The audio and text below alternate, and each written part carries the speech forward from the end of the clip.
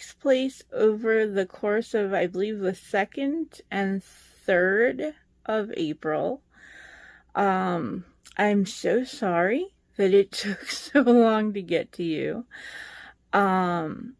It takes place over 2 days, 4 doctor's appointments. A couple of them are actually really important and have a pretty big impact on life, which is why, even though it is so very late, I intend to put it out there in the in the documentary webisodes. Yes, I am shamelessly plugging Shadows in the Attic while also covering my face hole with this pin. I'm very sorry it took so long to get this piece together, and it is still, if you're trying to keep up with any of my medical stuff, this is one that's worth the watch. It is almost entirely based in my doctor's appointments. There is very little going on that isn't doctor related.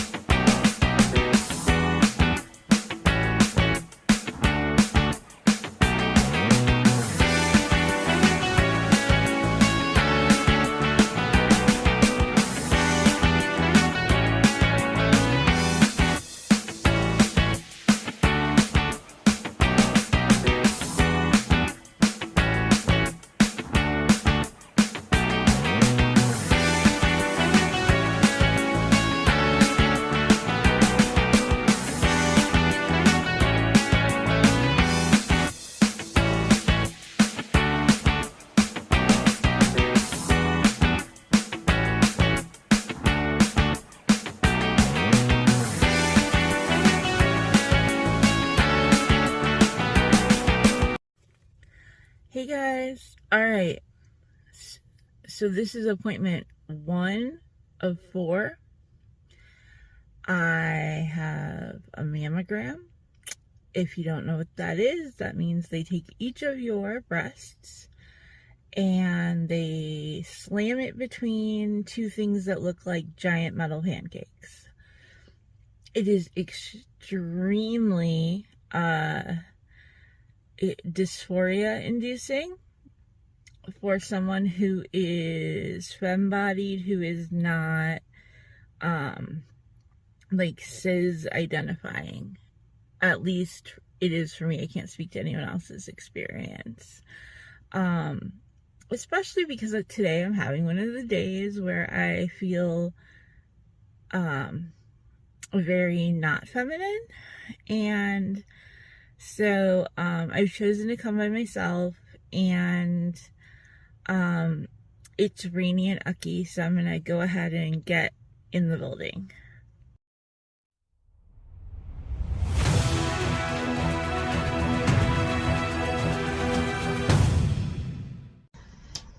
Alright, getting ready for appointment 2 of 4. So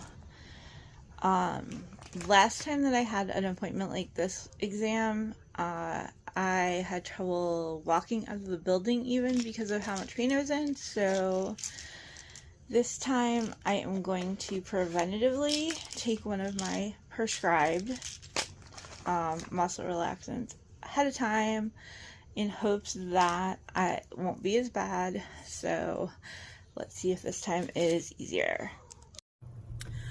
Well, my GP is definitely a good sport.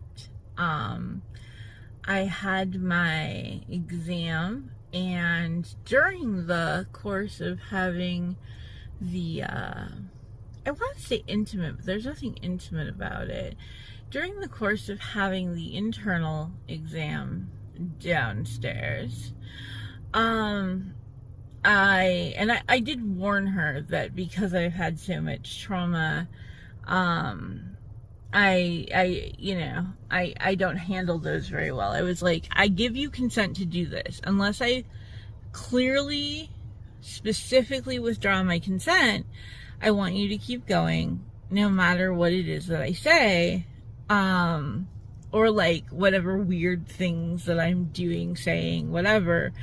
And she was like, okay, I may ask you during the process, if you still consent. So, and this was the first time that this doctor has done this with me. Like, I had a specific gynecologist prior, and then he switched practices. So, she's doing her thing, and I'm like disassociating. So I always picture like my inside like sucks out of my body and goes up to the ceiling, and I'm like, Mary had a little lamb, little lamb, little lamb, like loudly, off key, all that shiz coming out of my body as like my consciousness is on the ceiling. Oh, and I'm cuddling like my miniature cat bus, like my emotional support stuffy that fits in my purse. We also had, you know, an incident of the exact same thing, except with the opening of Sesame Street. So, but she was like really patient, really cool about it. She sang along during Mary Had a Little Lamb. Anyway, the bad part about the, like the visit is, we knew my iron was low. We've been trying to figure out a way to like get iron in me that like I'm not gonna throw up the pills.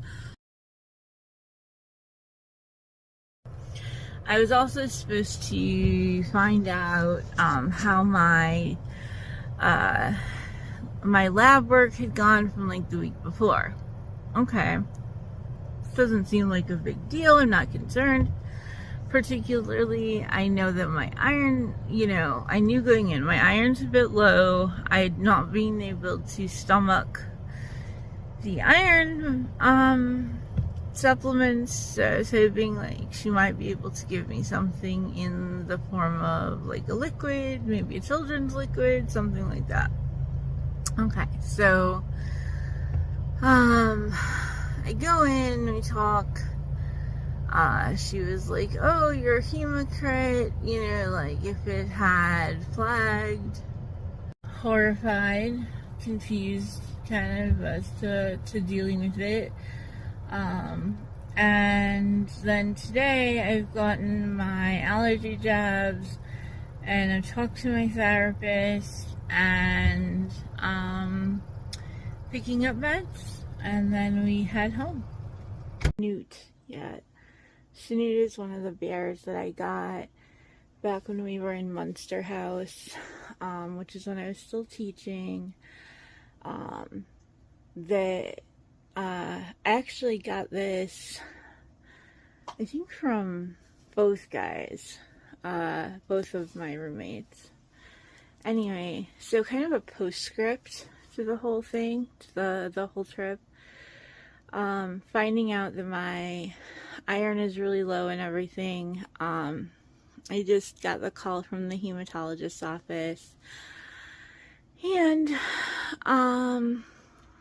I was like, you know, I was hoping that I could either make an appointment for next week when we have to swing back through where my like where we stay when we're in town for medical stuff, because I was gonna have to run through and pick up some medication and some makeup that I shipped to the house, just a replacement thing that I couldn't get shipped here fast enough, so I had it shipped there. And no, the doctor is on holiday, so and so then I was like, well,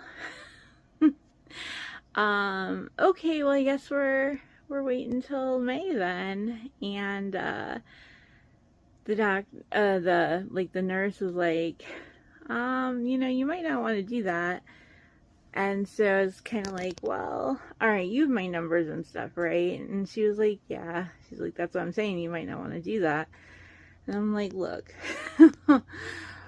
we're going, like, my person got into Philadelphia's oddity show, and this is the first year we're doing this stuff, and I don't want, like, any of this to interfere. And she's like, that's all the more reason to come in first.